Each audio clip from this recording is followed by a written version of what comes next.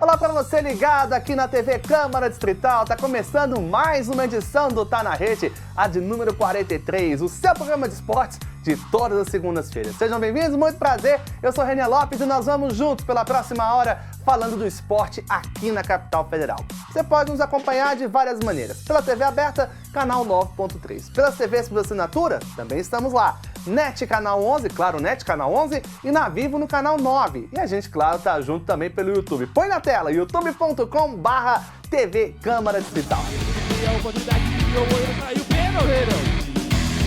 Menina na cabeça do Jair Balotelli. A partir dessa semana, o nosso Tá na Rede vai ser diferente. Como a Câmara Legislativa está em recesso parlamentar, nós também somos filhos de Deus e merecemos uma folguinha, né? Mas para não deixar você sem o nosso Tá na Rede, nós preparamos 3 programas especiais. Hoje, dia 19, do próximo dia 26 e no dia 2 de janeiro, nós teremos uma retrospectiva do que melhor aconteceu aqui no nosso Tá na Rede. E a gente começa o programa de hoje mostrando para você uma entrevista que nós fizemos em homenagem ao Dia do Árbitro, aquela pessoa que é muito querida nos estádios, né? Quem esteve aqui nos nossos estúdios contando diversas histórias foi o árbitro Raimundo Lopo, que faz parte também do Sindicato dos Árbitros do Distrito Federal. Vamos conferir? Roda aí! Você sabia, Lopo, que no dia 11 de setembro não é só as Torres Gêmeas, tem outra data muito especial, que é o Dia do Árbitro. E nós estamos aqui com o Raimundo Lopo, que é o nosso representante da arbitragem, Raimundo Lopo. Quantos anos de arbitragem, Raimundo Lopo? Não foi setembro de 97, né? Foi junho de 1997. Eu fiz o curso de árbitro futebol profissional, só que eu já apitava o amador desde 1984. Qual que é aquele termo legal que você chama, quem não é... O raizeiro? Eu fui raizeiro também. Então, e não sei por que 11 de setembro, né, mas o atentado foi depois da nossa data de árbitro, mas infelizmente coincidiu com esse triste momento da humanidade, né? A gente comemora e lembra daquela tragédia do 11 de setembro lá das Torres Gêmeas. Então, é uma homenagem mais do que justa, porque a gente leva muita porrada mesmo, e tirar um dia para lembrar da gente. 97, você parou em que ano? 2010. Então foram aí 13 anos de arbitragem. O que você apitou? Quem que eu apitei? O que você apitou? Torneios? Eu fui árbitro aqui do Candangão. Então, Candangão... Eu não fui árbitro nacional. E eu até costumo dizer isso. Um árbitro local que depois me tornei instrutor de arbitragem da Federação, da CBF e internacional, porque eu tenho 2 cursos pela FIFA, né, fora do Brasil, como instrutor de arbitragem. Mas que mais pela luta mesmo, pela determinação. Mas Bernardinho também era reserva, né, na seleção brasileira, se tornou o maior. Sem dúvida. Né? Então, essa história. E outra coisa, né, Lopo? Eu acho que nesse tempo aí, talvez o futebol de Brasília tivesse menos representantes, né, da arbitragem no cenário nacional. Quem que era? O Luciano nessa época? Era Luciano, Etevaldo, Sérgio Cavalli e Jamir, né? Praticamente Jamir, esses, né? Os mais conhecidos. Período, né? Jorge Paulo era Eu me lembro do Luciano e do Jamir, os outros eu não vou me lembrar. Então você veja, hoje não, hoje... Muita gente. Que era... Você tem vários nomes que inclusive o BH já citou. Né? Que foi assim o pessoal que segurou durante muito tempo a arbitragem de Brasília, né? Do futebol candango, né? Foi. A gente tem sempre, né, uma história rica na arbitragem, porque o Jorge Paulo foi mundialista naquele período, né? Foi o primeiro árbitro nosso aí no quadro internacional e participar de uma Copa do Mundo. Depois veio Sandro, o Wilton, agora a Leila vai, né? O Wilton de novo. E foi um período rico, porque tinha poucos, mas tinha uns árbitros que apitavam. O Luciano teve um período, o Ramon lembra disso, que apitou muitos jogos na Série A do Brasileiro. Sim. Quando foi árbitro FIFA. Xinguei muito ele. Muito. E depois deu uma parada, né? A gente ficou um tempo sem ninguém. Sim. Sem ninguém. Até eu que não apito, você xinga, pô. Não, você só de vez em quando. Ele adora xingar árbitro, né? Teve um período aqui, vamos ver se a minha memória não me trai. Não teve um ano que nós tivemos aqui árbitros de fora no Candango? Você estava nessa época? Eu estava naquele período. Foi um período difícil. Eu até conversei, encontrei com o Luiz Flávio, né? Luiz Flávio teve aqui, Corrali teve aqui, o Corona teve aqui, o Sintra, Rodrigo Sintra teve. Então era muito triste pra gente, você, num futebol tão difícil como o nosso, você ainda ter árbitro de fora apitando. E eu fui, eu ia Mas ver por os jogos. que tinha esse efeito? Problema financeiro, e problemas políticos e tal, e terminou que veio de fora. Né? Aí eles pagavam passagem de avião. Basicamente de São Paulo, pessoal. Só São Paulo. Só São Paulo. Pagavam passagem de avião. Eu lembro que um jogo, conversando com o Luiz Flávio foi apitar em Unai, chegou aqui correndo, aquele período em que os voos atrasavam bastante. E ele falou, Lopo, quando eu cheguei lá, rapaz, a gente foi trocando roupa dentro do carro, né? Porque era tudo muito corrido, já estava tudo pronto para começar. Mas o bom é que isso acabou e a gente não teve mais ninguém de fora apitando, né? Então você vê que Maguelso, Raposo, Diniz, Gaio, Sávio, que fizeram as finais aqui do nosso campeonato. Porque é difícil você levar um campeonato o campeonato inteiro e chegar à final você entregar para a arbitragem de fora. Não é bom. Ô Lopo, sua memória tá boa? Depende. Você se lembra dessas imagens que a gente vai mostrar agora? Vamos ver. Mostra, meu diretor. Lembra que ano é isso? Botafogo e Gama 2-2 esse jogo. Ah, rapaz!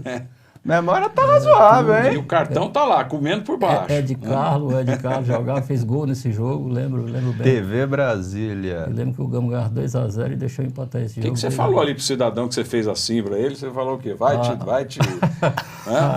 Aí o tempo levou isso aí. Era mais difícil apitar naquela época ou hoje tá mais complicadinho? Claro que você não tá mais apitando dentro de campo, né? Mas você tem conhecimento tanto pela comissão de arbitragem quanto pelas conversas. Eu brigo muito, você me conhece, né? Eu procuro ser o mais sincero que posso. E o pessoal fala que no passado era mais difícil. Gente, não era. Não era mais difícil. Hoje é mais difícil apitar. Hoje vocês transmitem jogo com quantas câmeras? Tinha uma Série A, câmera, 20 só câmeras. duas. Hoje não. Hoje você acha. E quando vocês não pegam, alguém no celular pega. Que aparece alguma imagem depois. A Copa do Mundo é a prova do lance do Júnior Baiano, né? Que a gente não viu nada, de repente aparece uma imagem que diz que aquilo foi pênalti. Então hoje é mais difícil apitar, né? São muitas competições. Esses árbitros, por exemplo, Sávio, Klaus, esse pessoal que são árbitros internacionais, o cara sai de um jogo, vai para outro, não dá tempo nem respirar. Então você erra num jogo, não dá tempo nem cicatrizar, amigo, é muito difícil. Hoje é muito mais difícil apitar. Te corrigiram, viu? Ó, nosso diretor dizendo que as imagens são de Gama e Botafogo DF. Candangão de 2010. Botafogo. Jogo do Túlio Maravilha, gol 900. Ed Carlos fez gol nesse jogo, ganha de 2-0 o Gama e depois o Botafogo empatou. Eu lembro desse jogo. Olha, você tá bem aqui. Você tem muita amiga, hein? Marcelo Piacelli te acompanhando, dizendo que você é um mestre na área de assinar arbitragem do futebol. Te agradecendo por tudo. Leandro Oliveira, dando boa noite. O Jair Pato nos acompanhando. O Bruninho Guimarães já está novamente puxando aqui o time do Brasiliense, né, para acompanhar com você. Gilfran Oliveira te mandando um forte abraço.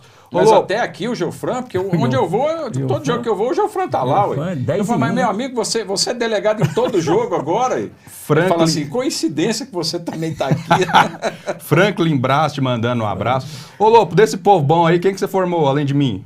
Opa! Rapaz, eu acho que a grande maioria, né? O Gilfran foi meu aluno. Gilfran foi seu aluno? Foi. Para ter uns aninhos, você é professor. Gilfran, eu vou falar, né? Posso falar. Gilfran nunca tirou nota baixa, mas nunca tirou um 10. É mesmo? 9.7, 9.5, 9... Sempre errava uma coisa e outra. Não conhece uma nota 10, mas também Ou nunca seja, tirou... na escolinha do professor Raimundo, ele nunca tirou 10, né? Mas sempre 9, E 9 no teste alguma físico, como é que era? Foi bem, ele é muito dedicado, né? O Gilfran é um cara muito, muito guerreiro. Você estava comentando mais cedo conosco, você formou Sávio, Rafael Diniz, Leila, Guerra, Modesto, Maguelson, quem mais aí? Raposo foi antes, né? Reinaldo, esse pessoal eu não formei. Tirando esse, o Gaio que veio de fora. São os mais conhecidos, né? E o Gaio que veio de fora, os demais. Ciro também não foi. Luiz Paulo foi você que formou? Luiz Paulo. Foi o irmão dele, o Miller. O Daniel Henrique, que é assistente CBF. Marconi. Todos que estão apitando aí tiveram o desprazer de trabalhar comigo. O Wilton também ou não? O Wilton não foi meu aluno de formação. O Wilton eu trabalhei um período com ele e com o Sandro. A gente trabalhava no campo da PM de 6 às 7 da manhã. Foi um período... Sabe qual é a diferença do Wilton para os outros e do próprio Sandro? Porque os caras treinavam muito. Treinavam de 6 às 7 da manhã no campo da Polícia Militar, no setor policial sul, todos os dias.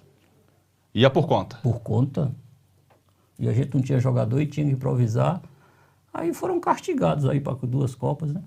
Quem trabalha, não vai chover milagre. Você tem que correr, você tem que fazer acontecer. Eu lembro que um dia você estava comentando que você viu que o cara que mais corria era o Wilton, né? Dos que você...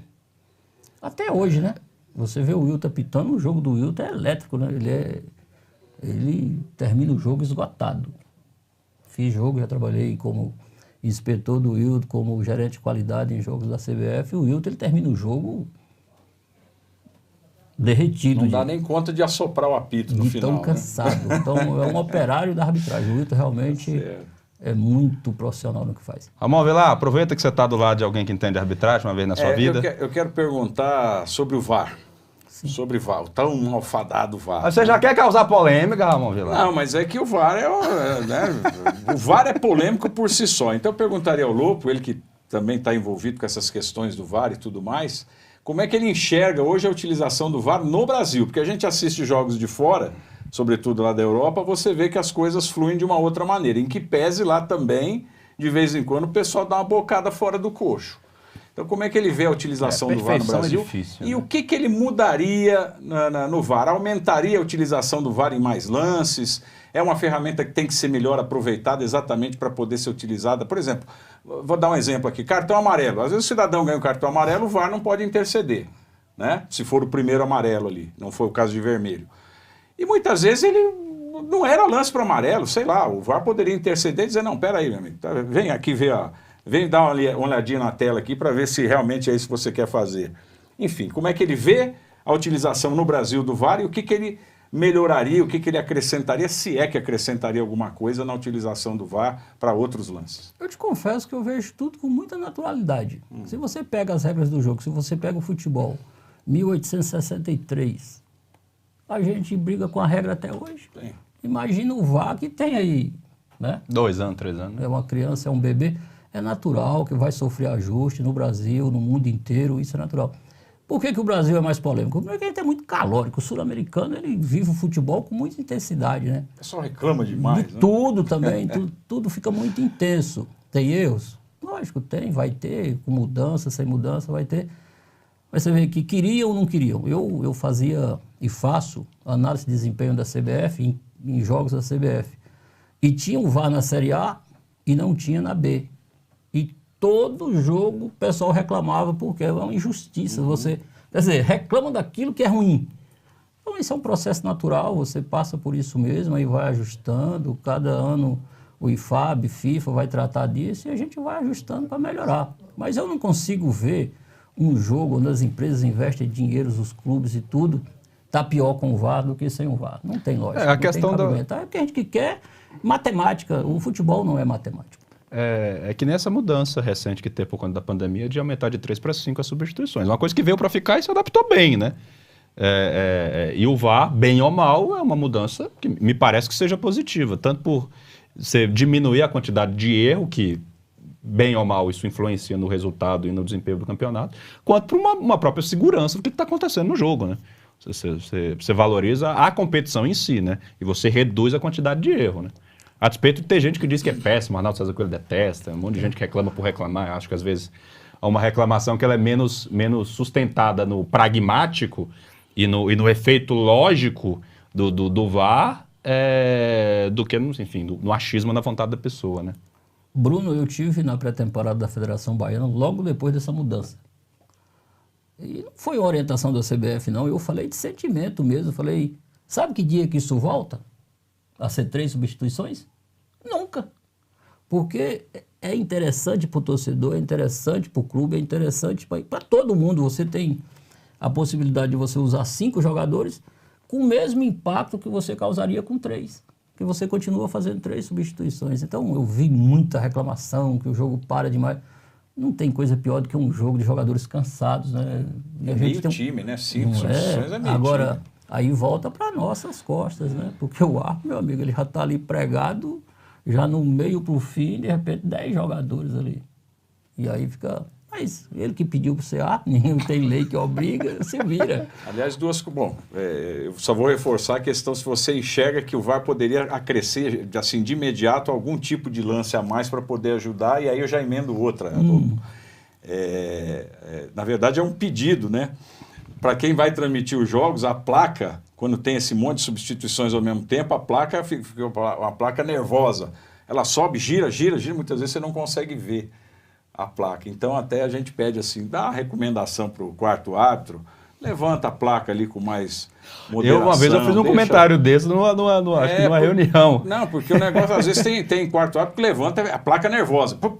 Baixou, não deu para ver. Não deu, sinceramente não deu, quando tem várias ao mesmo tempo. Isso prejudica até o ato, né? Porque às vezes ele não sabe quem saiu, quem entrou, ele precisa fazer essa anotação se tiver uma falta. E recomeça o jogo, né? O pessoal está entrando, saindo, quer dizer, sei lá, é uma confusão danada. Vou começar a te responder de trás para frente. Vamos lá. Eu cheguei a um período, eu fiz uma placa, não sei se você lembra disso, eu tinha minha placa de substituição.